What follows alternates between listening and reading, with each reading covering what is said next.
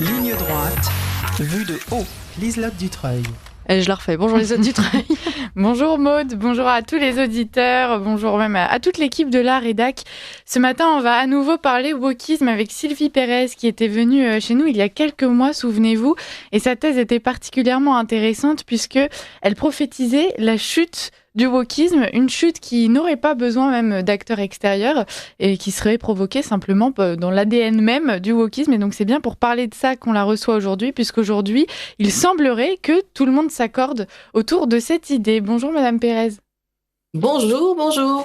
Alors je vais commencer par vous représenter rapidement pour les auditeurs. Vous êtes journaliste, auteur de En finir avec le wokisme, chronique de la contre-offensive anglo-saxonne aux éditions du Cerf. Alors j'ai un peu introduit le sujet, la question qui va nous occuper aujourd'hui, mais peut-être que vous pourriez commencer par nous redéfinir ce qu'est le wokisme, parce qu'on se rend compte finalement de temps en temps que c'est une définition assez floue. Oui, le wokisme, c'est une idéologie qui regroupe un ensemble de doctrines. Donc là-dedans, vous avez l'antiracisme, le néo-féminisme, le décolonialisme, le transgenrisme. C'est un ensemble assez disparate, mais toutes ces doctrines ont en commun le fait d'envisager toute relation humaine selon un rapport de pouvoir entre dominant et dominé. L'idée de pouvoir est très importante dans l'idéologie du wokisme. Donc, si vous voulez, l'antiracisme postule que les Noirs sont maltraités par les Blancs. Le néo-féminisme décrète que les femmes sont opprimées par les hommes. Le décolonialisme part du principe que les minorités ethniques sont brimées par les ex-colonisateurs. Et enfin, le transgenrisme considère que les transgenres sont marginalisés dans une société qui veut leur imposer une définition biologique et binaire du sexe chez l'humain. Voilà, à peu près, si vous voulez, les opprimés du wokisme ne relèvent pas d'une classe sociale, c'est pas comme dans le marxisme qui luttait contre l'exploitation du prolétariat. Les opprimés du wokisme, ils relèvent de catégories ethniques, raciales ou d'orientation sexuelle particulière, et sont des catégories identitaires qui se définissent par leur caractère d'une part victimaire et d'autre part minoritaire. Donc voilà à peu près. Mais c'est vrai que c'est une nébuleuse assez complexe. Est-ce qu'ils ont tort sur ce constat ? C'est vrai que il y a beaucoup de penseurs et d'analystes qui ont adhéré à cette théorie du rapport dominant-dominé qui structure nos sociétés. Est-ce que c'est dans les catégories qui se trompent ? Est-ce que même ils ont raison sur cette analyse ? C'est pas neuf effectivement comme pensée et comme grille de pensée surtout. Il me semble que le wokisme repose sur une faille intellectuelle majeure qui est celle de confondre disparité et inégalité. On passe son temps à lutter contre les discriminations dans nos démocraties libérales qui sont en fait les sociétés dans lesquelles on est le plus sourcilleux et on fait le plus attention, si vous voulez, aux discriminations. On a tout un tas de comités, de lois qui se soucient d'une réelle égalité devant la loi. Donc ça paraît un petit peu décalé. Alors, et puis surtout, c'est un mouvement qui, jusqu'à présent, a inspiré des politiques dont les résultats sont à peu près aux antipodes des promesses de départ. Si vous voulez, quand l'antiracisme woke conduit à réintroduire la ségrégation, comme on a pu le voir sur les campus américains, avec des dortoirs réservés aux Noirs ou des remises de diplômes par race, on peut difficilement parler de progrès. Et on a vu ça aussi en France avec des réunions en non-mixité. Vous avez vu ça, je pense. Alors justement, nous vous recevions il y a plus d'1 an maintenant, c'est ce que j'ai expliqué en début d'interview. Tout le monde s'alarmait sur l'essor faramineux du wokisme. Et puis vous nous expliquez que, évidemment, ça allait avoir des conséquences sur la société, mais qu'il ne fallait pas pour autant en faire un drame et imaginer que ça serait quelque chose qui s'inscrirait dans le temps, puisque le wokisme serait intrinsèquement voué à s'effondrer sur lui-même. Est-ce que vous pourriez nous réexpliquer votre analyse ? Je pense que c'est un drame néanmoins. Je corrige sur ce. J'ai jamais pensé que c'était pas un drame. Par contre, effectivement, on observe, il suffit de regarder ce qui se passe, on observe que le wokisme a tendance à s'autodétruire pour la bonne raison qu'il y a incompatibilité entre les différents groupes que défend le wokisme.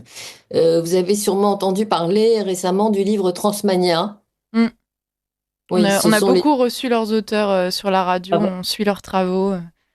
Exactement, donc ça ce sont des féministes, Dora Muto et Marguerite Stern, qui sont persécutées, littéralement attaquées par des extrémistes, pas le tout venant du transgenre, mais par des extrémistes transgenres accompagnés d'Antifa. Donc là on observe, et ça dans les pays anglo-saxons c'est à la puissance 10, on observe une guerre féroce entre les féministes et les activistes transgenres, qui sont deux groupes défendus par l'idéologie woke.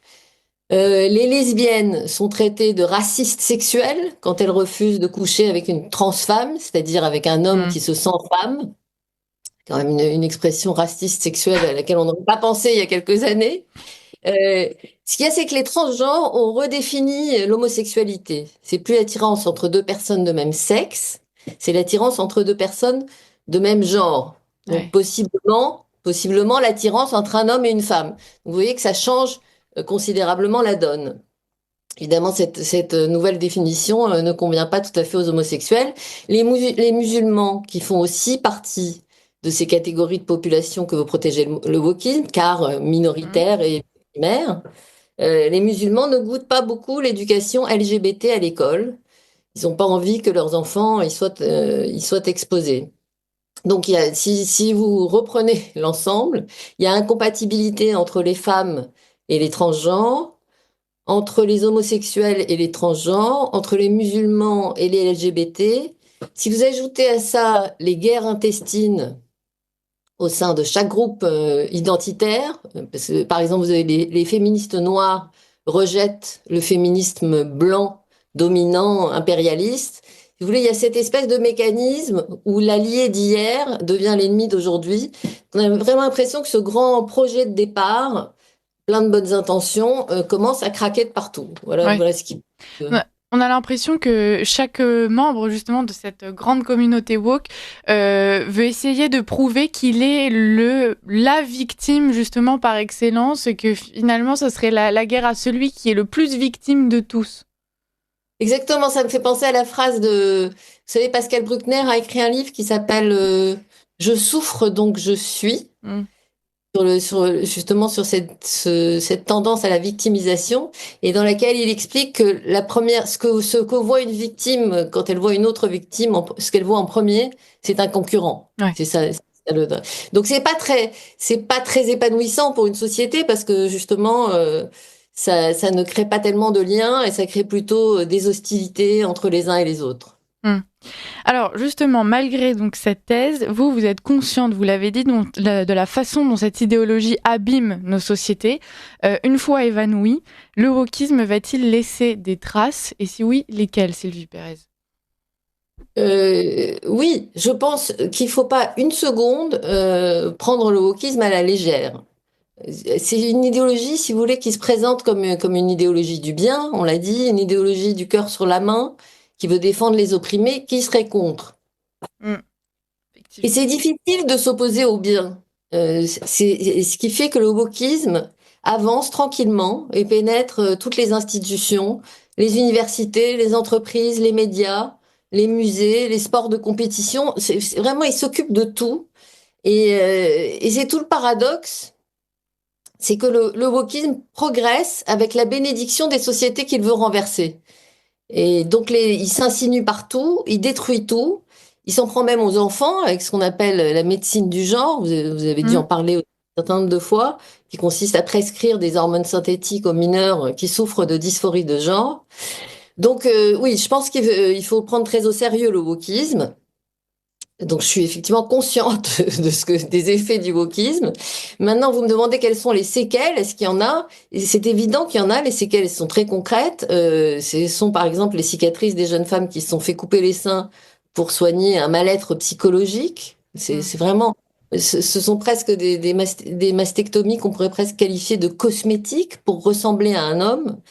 Je raconte, moi, dans mon livre, justement, je reprends les témoignages de ceux qu'on appelle les détransitionneurs, c'est-à-dire les jeunes transgenres qui regrettent d'avoir de s'être abîmé le corps avec ces thérapies, et c'est absolument poignant parce qu'ils peuvent s'en vouloir qu'à eux-mêmes, et ce sont des choses tout à fait irréversibles.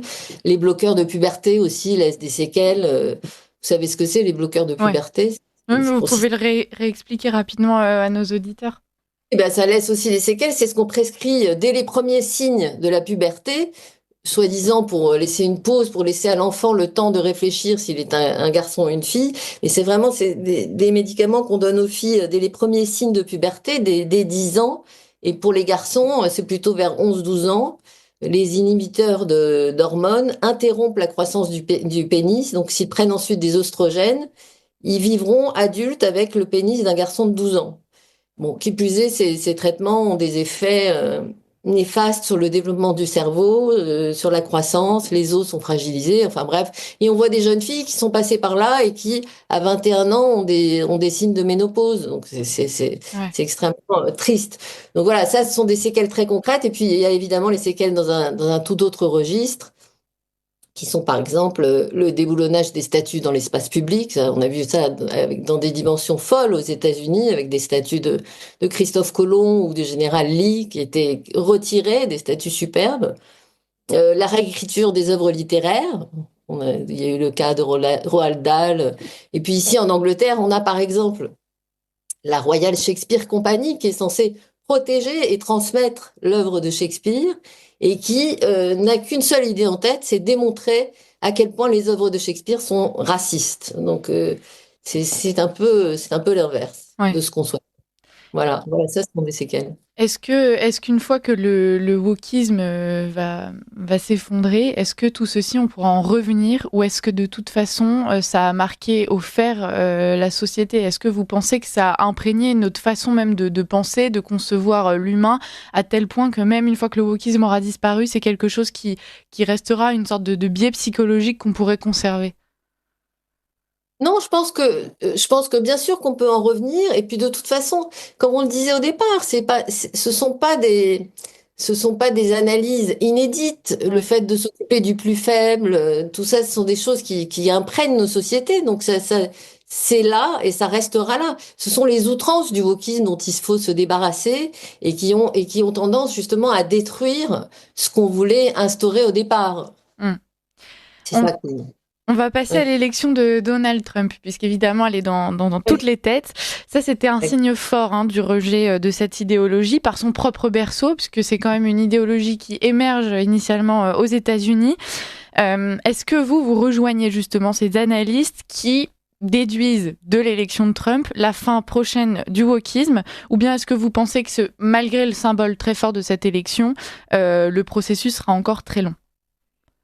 Ah non, c'est considérable. L'élection de Donald Trump, c'est un rejet du wokisme qui est flagrant, et puis qui est tout à fait réjouissant parce il est très majoritaire. Enfin, vous avez vu qu'il a eu le vote populaire. Vraiment, c'est un résultat très clair. Parmi ces jours-ci, on entend parler des nominations, des gens Oui. qui devraient, s'ils sont confirmés par le Sénat, figurer au gouvernement américain. Et parmi toutes ces nominations qui sont assez spectaculaires les unes après les autres, globalement des gens très déterminés à se débarrasser du wokisme, il y en a une qui est liée à l'un des épisodes les plus outrés de l'hystérie woke. Vous vous souvenez peut-être de la flambée d'antisémitisme sur les campus américains au lendemain des pogroms subis par les Israéliens le 7 octobre 2023. Mhm. Vous avez les étudiants dans les universités d'élite, masqués, emmaillotés dans des kéfiers, qui occupaient leur campus et qui sont même mis à intimider les étudiants juifs. Et ces étudiants-là, les manifestants, présentaient les massacres de civils en Israël comme un acte d'émancipation, de résistance. Ils contextualisaient les pogroms. Pogrom, je rappelle quand même, 1400 morts, dont la plupart avaient leur âge, dont la plupart étaient des jeunes, 1400 morts, 3000 blessés, 230 kidnappés. Et les présidentes des universités où avaient eu lieu ces flambées d'antisémitisme ont été convoquées pour une audition au Congrès. C'était le 5 décembre 2023. Je crois que c'est une des auditions qui a été le plus écoutée aux États-Unis après le Watergate. Ça fait un effet incroyable. Et la députée Élise Stefanik, qui est une femme républicaine, catholique, qui est élue et réélue depuis 10 ans dans l'État de New York, qui est députée, elle a posé cette question qui est désormais devenue célèbre. En appeler au génocide des Juifs, contrevient-il au règlement de votre université? Et les trois présidentes impassibles ont chacune répondu à chaque fois, ça dépend du contexte. Donc la députée Stéphanie, qui était absolument atterrée par ces réponses, elle a reposé la question plusieurs fois et à chaque fois elle a eu cette même réponse, ça dépend du contexte. Alors elle a conclu que elle a dit exactement ça, je vous dis exactement ce qu'elle a dit, ce sont des réponses inadmissibles, vous devriez démissionner. Mm. Et bien justement, parmi les premières nominations que Trump a annoncées, il y a cette députée, Elise Stefanik, qui va devenir ambassadrice des États-Unis à l'ONU. Et donc vous aurez compris que le décolonialisme woke n'est pas tout à fait sa tasse de thé. Mais donc c'est évident que Trump est résolu à lutter contre le wokisme par tous les moyens. Mm. Pendant sa campagne, il était entouré par des gens qui étaient tout à fait sur cette ligne. On avait Elon Musk qui a dit qu'il avait racheté Twitter pour débarrasser l'Amérique du virus woke. Vous savez, il disait mind virus, qui est le virus de l'esprit.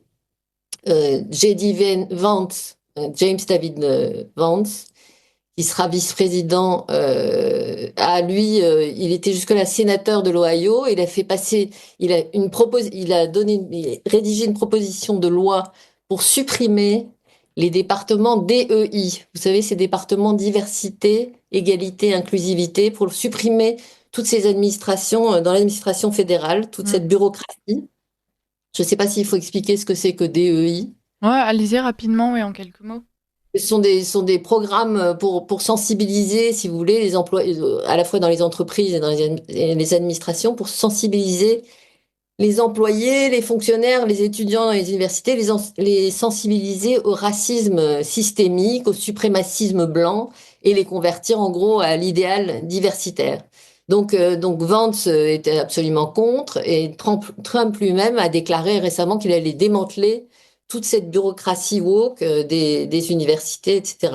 Mais c'est vraiment cette élection, et je pense que ça aura des effets en Europe aussi, c'est un désaveu magistral du totalitarisme néoprogressiste, c'est un refus catégorique de la cancel culture et un rejet des politiques identitaires. On a vu la progression du vote républicain parmi les minorités hispaniques et noires, et ça a bien montré que ça marche plus, quoi, de dire que de séparer les gens selon leur couleur de peau ou leur origine ethnique, ça ne marche plus. Il y a eu 54%, c'est la première fois qu'il dépasse les 50%. 54% parmi les hommes latinos ont voté pour El Donaldo. Donc, Effectivement, c'est assez révélateur. On parle beaucoup là du monde politique.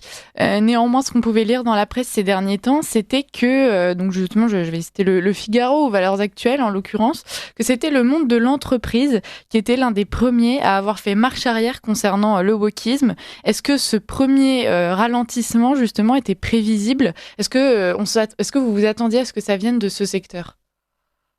ça fait un petit moment que ça dure, tout ça. Enfin, qu'on a vu déjà des signes de marche arrière par rapport à ce capitalisme woke. Je sais pas, j'ai en tête des exemples emblématiques qui datent maintenant de quelques années, mais je sais pas si vous vous souvenez que les rasoirs Gillette avaient fait une publicité. Tout le thème de leur publicité, c'était autour de la masculinité toxique. C'est-à-dire qu'en gros, ils crachaient au visage de leurs clients. Évidemment, ça avait eu un effet sur la clientèle qui est clair, c'est que les clients s'étaient détournés de Gillette.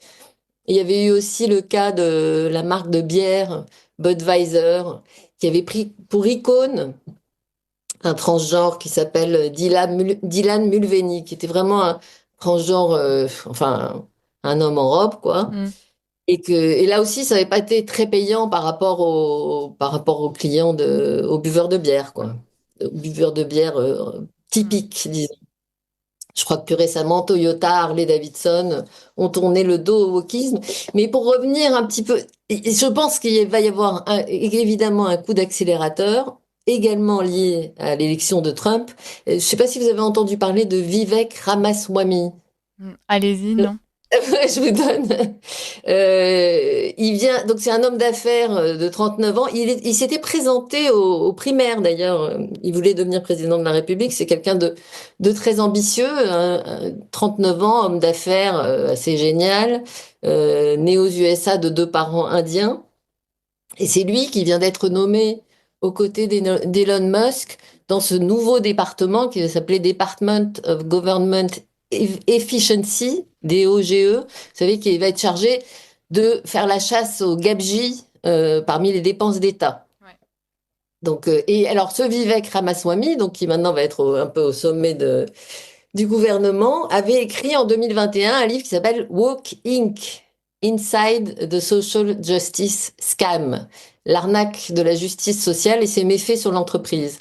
Donc c'est un livre dans lequel il expliquait que la consommation, tout comme le divertissement, doivent être des espaces apolitiques, où on puisse se retrouver, partager des goûts au-delà des divergences politiques, et des lieux, si vous voulez, de légèreté.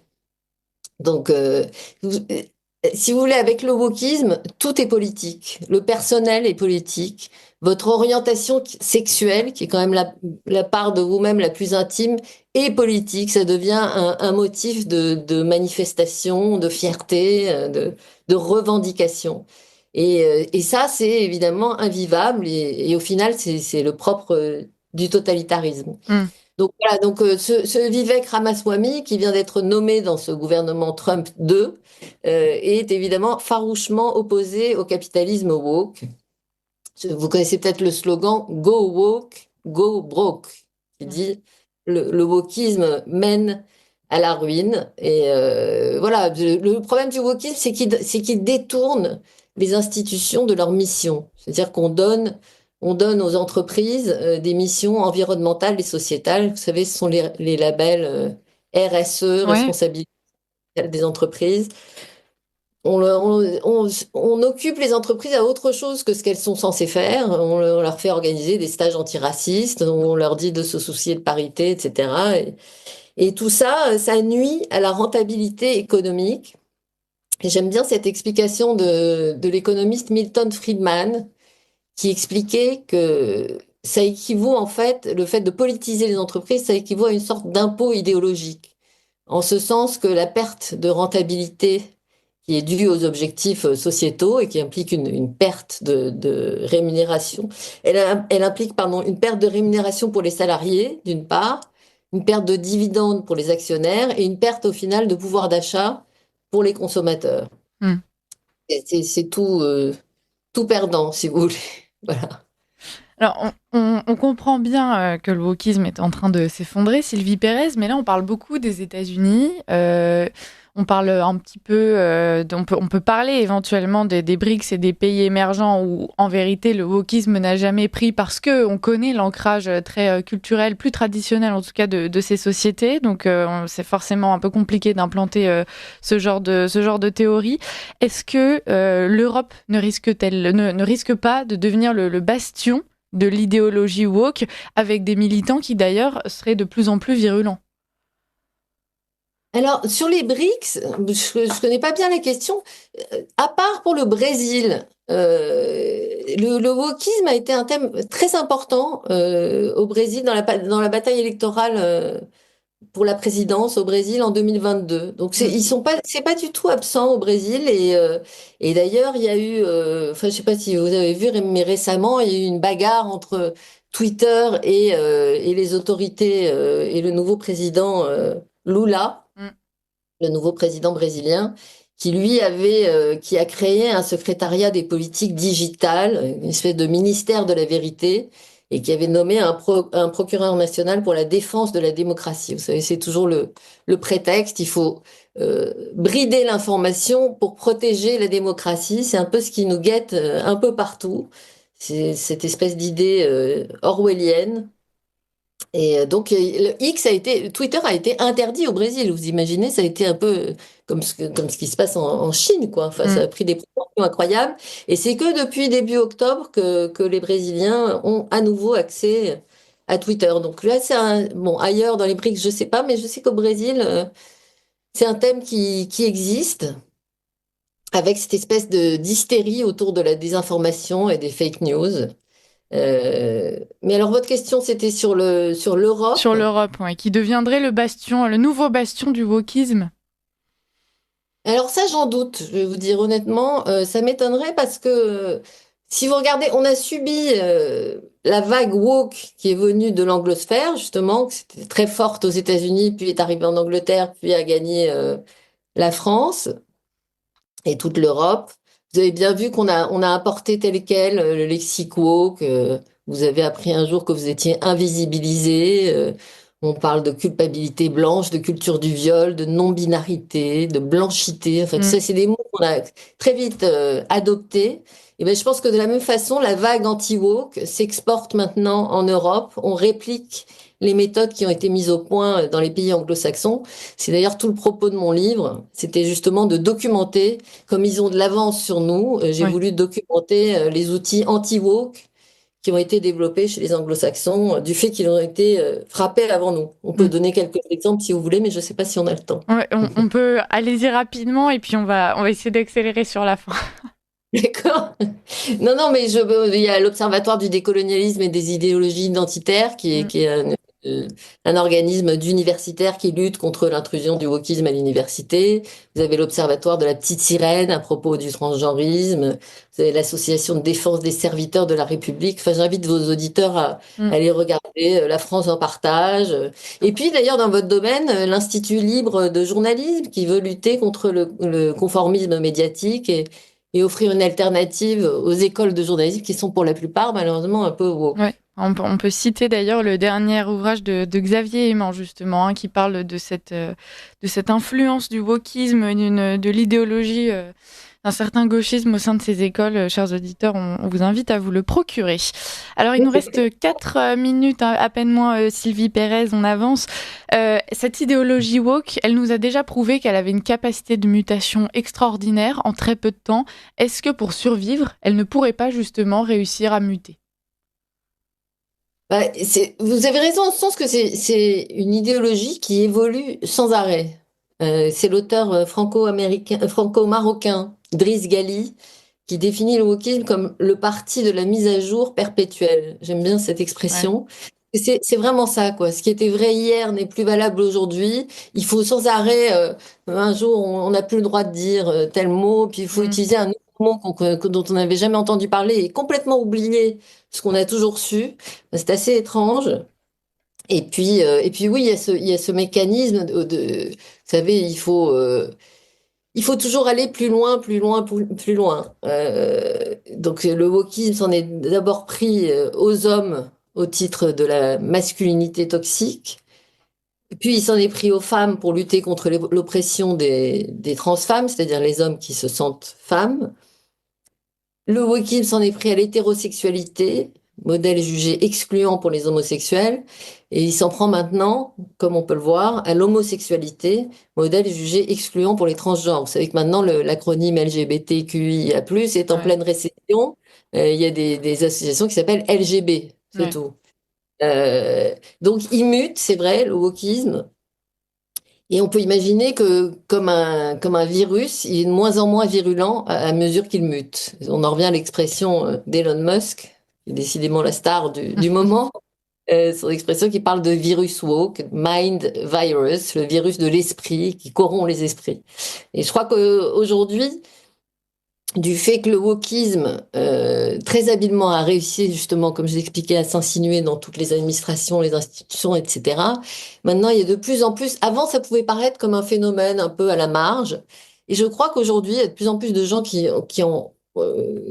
en mesurent les effets et qui sont touchés eux-mêmes directement dans le cadre de procès ou dans leur entreprise, etc. Et que donc, oui, tout le monde mesure à quel point c'est une idéologie liberticide. Et je crois pas qu'on va devenir le bastion du wokisme. Alors, est-ce qu'on pourrait quand même rapidement parler, il nous reste 1 minute, de ces étudiants justement qui apprennent dans toutes ces grandes institutions, nos grandes écoles, et qui sont de plus en plus pétris par cette idéologie eux aussi. Demain, il y a fort à parier qu'ils seront nos dirigeants. Est-ce que ça ne va pas justement influencer eux aussi leur façon de penser, d'agir et de poser les choix qui vont façonner notre futur? Il nous reste un peu moins d'une minute, Sylvie Pérez. Vous ne croyez pas si bien dire, aux États-Unis, à l'école McCourt de politique publique de la très prestigieuse université Georgetown, donc qui forme donc les diplomates et les futurs leaders du monde libre, le lendemain de l'élection présidentielle, l'administration avait prévu un safe space, vous savez, une espèce de salle de décompression pour les étudiants woke chez qui on craignait que l'élection de Trump ne provoque un choc émotionnel. Donc, ils ont mis à disposition des élèves dont on avait peur qu'ils soient traumatisés, des Legos, du lait et des biscuits, des cahiers de coloriage, des guides de méditation. Donc, vous voyez, si c'est comme ça qu'on forme les futurs dirigeants, on a un peu d'inquiétude à avoir. Et c'est évidemment un problème majeur que de former des esprits conformistes. Il est évident que le niveau s'est écroulé dans les universités d'élite. On entend dire, moi je me suis laissé dire qu'il y a dans certaines services de ressources humaines, on commence à mettre les CV qui viennent de Sciences Po Paris en dessous de la pile parce qu'on n'a pas envie d'embaucher des activistes.